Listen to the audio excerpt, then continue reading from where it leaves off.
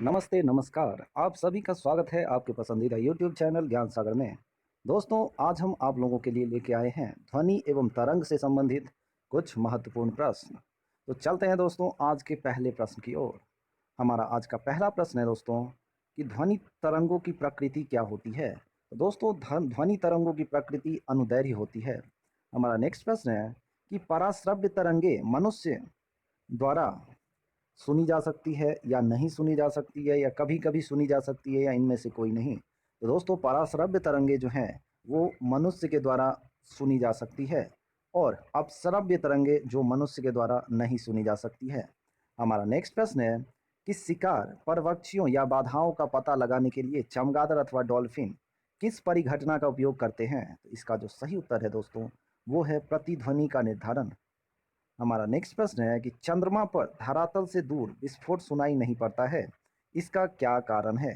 तो दोस्तों इसके जो कारण हैं वो है वायुमंडल की अनुपस्थिति के कारण।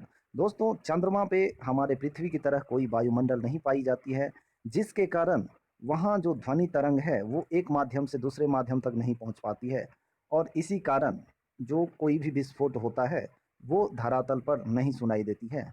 हमारा नेक्स्ट प्रश्न है कि चमगादड़ अंधेरे में उड़ सकती है क्योंकि दोस्तों चमगादड़ अंधेरे में उड़ सकती है क्योंकि वे अति तीव्र ध्वनि तरंगे पैदा करती है जो उसका नियंत्रण करती है। हमारा नेक्स्ट प्रश्न है कि निम्न द्रव्यों में से ध्वनि सबसे तेज यात्रा किसमें करती है? तो दोस्तों निम्न द्रव्यों में से सबसे ज़्यादा जो तेज ध्वनि यात्रा करती है वो है स्टील में। दोस्तों स्टील में ध्वनि सबसे ज़्यादा तेज यात्रा करती है। हमारा नेक्स्ट प्रश्न है दोस्तों कि किस माध्यम से ध्वनि सबसे तेज चलती है? तो दोस्तों ठोस के माध्यम से। ठोस के माध्यम से ध्वनि सबसे तेज चलती है। दोस्तों ऊपर जो एक प्रश्न था स्टील, स्टील में द्रव्य लिखा लिखा गया है लेकिन यहाँ पे ये गलत है, यहाँ पे ठोस आना चाहिए। स्टील भी एक ठोस है। हमारा नेक्स्ट प्रश्न है कि निम्नलिखित में से कौन सा एक कथन सही नहीं है? हमारा पहला जो ऑप्शन है वो है तापमान के बढ़ने पर वायु में ध्वनि का वेग बढ़ता है। बी है वायु में ध्वनि का वेग दाब निर्भर नहीं करता। और हमारा सी जो ऑप्शन है दोस्तों आर्द्रता के बढ़ने पर ध्वनि का वेग कम हो जाता है। तो इसका जो सही उत्तर है वो है दोस्तों आर्द्रता के बढ़ने पर वायु में ध्वनि का वेग कम हो जाता है। हमारा नेक्स्ट प्रश्न है कि वायु में ध्वनि का वेग कैसा होता है? दोस्तों वायु में जो ध्वनि की वेग की प्रकृति होती है वो होती है तापमान के बढ़ने से यह बढ़ जाता है और तापमान के घटने से यह कम हो जाता है। हमारा नेक्स्ट प्रश्न है कि पराध्वनिक पराध्वनिक विमान उड़ते हैं। दोस्तों पराध्वनिक विमान जो होते हैं वो ध्वनि की चाल से अधिक चाल से उड़ते हैं। जो ध्वनि की चाल है उससे ज़्यादा चाल से पराध्वनिक विमान उड़ते हैं। हमारा नेक्स्ट प्रश्न है कि मैक अंकों का प्रयोग वेग के संबंध में किया जाता है। तो दोस्तों मैक का जो प्रयोग है वो वायुयान के संबंध में किया जाता है। हमारा नेक्स्ट प्रश्न है कि ध्वनि या ध्वनि प्रदूषण मापा जाता है। तो दोस्तों ध्वनि या ध्वनि प्रदूषण जो है वो डेसिबल में मापा जाता है। किस में मापा जाता है दोस्तों? डेसिबल में। हमारा नेक्स्ट प्रश्न है कि रेडियो का समस्वर्ण स्टेशन उदाहरण है। तो दोस्तों रेडियो का जो समस्वर्ण स्टेशन है वो उदाहरण है अनुनाद का। इसका उदाहरण है दोस्तों अनुनाद का। हमारा नेक्स्ट प्रश्न है कि किसी ध्वनि स्रोत की आवृत्ति में होने वाले उतार चढ़ाव को क्या कहते हैं? तो किसी ध्वनि स्रोत में की आवृत्ति में होने वाले उतार चढ़ाव को डॉपलर प्रभाव कहा जाता है। क्या कहा जाता है दोस्तों? डॉपलर प्रभाव कहा जाता है। दोस्तों आपसे एक रिक्वेस्ट है कि यदि आपको हमारा वीडियो पसंद आता है तो आप हमारे चैनल को सब्सक्राइब करें और वीडियो को ज़्यादा से ज़्यादा लाइक करें और अपने स्टडी ग्रुप में इसे शेयर करना ना भूलें। हमारा नेक्स्ट प्रश्न है कि पास आती हुई रेलगाड़ी की सीटी की आवृत्ति बढ़ जाती है, ऐसा किस घटना के कारण होता है? तो दोस्तों यह जो घटना है वो है आर्किमिडीज का नियम। आर्किमिडीज के नियम के कारण ही पास आती रेलगाड़ी की सीटी की आवृत्ति बढ़ जाती है। हमारा नेक्स्ट प्रश्न है निम्नलिखित में से किस एक प्रकार की तरंग का प्रयोग रात्रि दृष्टि उपकरण में किया जाता है? तो इसका जो सही उत्तर है दोस्तों वो है आवर्तक तरंग। दोस्तों आवर्तक तरंग तरंग की का प्रयोग जो है वो रात्रि दृष्टि उपकरण में किया जाता है। हमारा नेक्स्ट प्रश्न है कि ध्वनि तरंगे नहीं चल सकती है। तो दोस्तों ध्वनि तरंगे जो है वो ठोस के माध्यम से तो चल सकती है लेकिन निर्वात में वैक्यूम में ये नहीं चल सकती है। हमारा नेक्स्ट प्रश्न है कि किसी संगीत यंत्र की ध्वनि तीव्रता मापी जाती है। दोस्तों ध्वनि का मापने का जो इकाई होता है वो आप लोग जानते ही हो डेसिबल होता है। तो ध्वनि से संबंधित अगर कोई भी मापन पूछा जाए तो इसका जो सही उत्तर होगा वो होगा डेसिबल। हमारा नेक्स्ट प्रश्न है कि वायु के तापमान में परिवर्तन से ध्वनि का निम्नलिखित में से कौन सा गुण प्रभावित होता है? तो दोस्तों इसका जो सही उत्तर है वो है आवृत्ति। दोस्तों आवृत्ति के कारण वायु के तापमान में परिवर्तन से ध्वनि के गुण में प्रभावित होते हैं। हमारा नेक्स्ट प्रश्न है कि डॉपलर प्रभाव संबंधित है। डॉपलर प्रभाव संबंधित है। तो दोस्तों डॉपलर प्रभाव जो है वो ध्वनि से संबंधित है। ध्वनि को मापा जाता है डॉपलर में। हमारा नेक्स्ट प्रश्न है कि एक अंतरिक्ष यात्री अपने सहपाठी को चंद्रमा की सतह पर सुन नहीं सकता, क्योंकि क्योंकि दोस्तों वहां ध्वनि प्रचारित करने का माध्यम नहीं होता है। वहां कोई वायुमंडल नहीं होता है, जिसके कारण माध्यम नहीं होने के कारण कोई भी अंतरिक्ष यात्री अपने सहपाठी को चंद्रमा पर सुन नहीं सकता है। हमारा नेक्स्ट प्रश्न है कि कौन सी प्रक्रिया प्रकाश और ध्वनि दोनों में घटित नहीं होती है? तो दोस्तों ध्रुवन ध्रुवन पोलराइजेशन की प्रक्रिया जो है वो प्रकाश और ध्वनि दोनों में घटित नहीं होती है। हमारा नेक्स्ट प्रश्न है कि चिल्लाते समय व्यक्ति हमेशा हथेली को मुंह के समीप रखते हैं, क्योंकि दोस्तों इस स्थिति में ध्वनि ऊर्जा सिर्फ एक दिशा में इंगित होती है।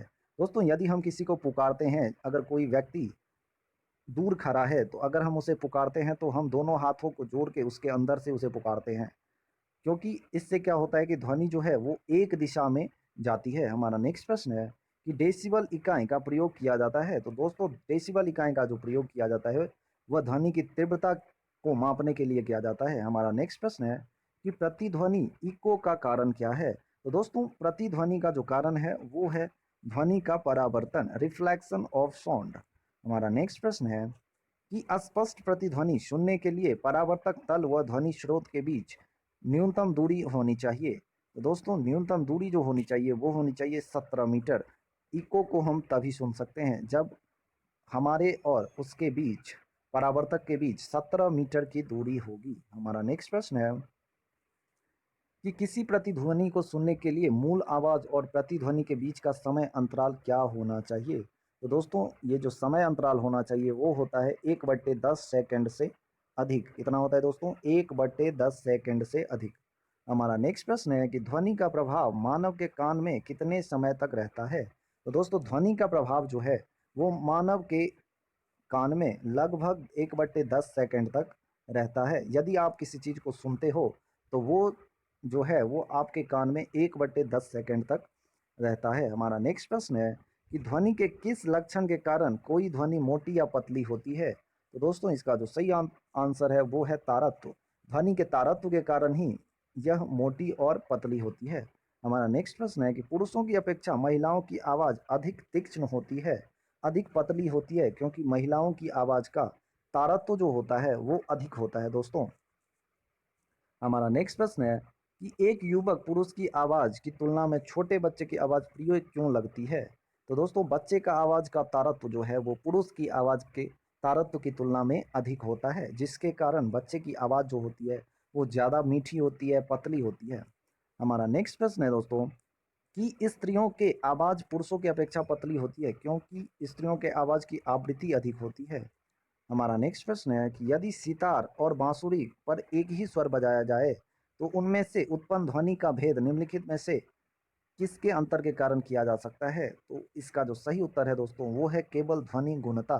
केवल ध्वनि गुणता के कारण ही हम सितार और बांसुरी की आवाज़ में भेद कर सकते हैं। हमारा नेक्स्ट प्रश्न है कि ध्वनि तीव्रता साउंड इंटेंसिटी की डेसिबल में वह अधिकतम सीमा जिसके ऊपर व्यक्ति सुन नहीं सकता है वो है 95 डेसिबल। दोस्तों यदि कोई चीज़ या कोई आदमी 95 डेसिबल से ऊपर का साउंड निकालता है तो इसे कोई भी सुन नहीं सकता है। हमारा नेक्स्ट प्रश्न है कि निम्नलिखित में से किसके द्वारा सबसे अधिक ध्वनि प्रदूषण होता है? तो दोस्तों सबसे अधिक जो ध्वनि प्रदूषण होता है वो है एयरप्लेन फ्लाइट के द्वारा। एयरप्लेन फ्लाइट के द्वारा सबसे ज़्यादा ध्वनि प्रदूषण होता है। हमारा नेक्स्ट प्रश्न है कि प्रकाश के 7 रंगों में माध्यमान रंग कौन से होते हैं? तो प्रकाश के 7 रंगों में माध्यमान रंग जो होता है दोस्तों वो होता है पीला। हमारा नेक्स्ट प्रश्न है कि प्रकाश तरंगे कैसी होती है? तो दोस्तों प्रकाश तरंगे जो है वो अनुप्रस्थ होती है। हमारा नेक्स्ट प्रश्न है कि किन तरंगों में प्रकाश ध्रुवन लाइट सेंट का गुण पाया जाता है? तो प्रकाश तरंगों में प्रकाश ध्रुवन का गुण पाया जाता है? हमारा नेक्स्ट प्रश्न है दोस्तों कि ध्वनि का कौन सा अभिलक्षण जो माध्यम एवं कान की संवेदनशीलता पर निर्भर करता है? तो इसका जो सही आंसर है दोस्तों वो है प्रबलता। दोस्तों प्रबलता जो है वो जो कान जो माध्यम एवं कान की संबंध संवेदनशीलता पर निर्भर करता है। हमारा नेक्स्ट और आज का लास्ट प्रश्न है दोस्तों कि ध्वनि के कौन से अभिलक्षण से पता चलता है कि महिलाओं की ध्वनि हल्की और पुरुषों की भारी होती है? तो इसका जो सही उत्तर है दोस्तों वो है तारत्व। दोस्तों थैंक यू आपको हमारा वीडियो देखने के लिए। यदि हमारा वीडियो आपको पसंद आता है तो इसे आप लाइक शेयर एवं हमारे इस चैनल को सब्सक्राइब करें। Thank you so much.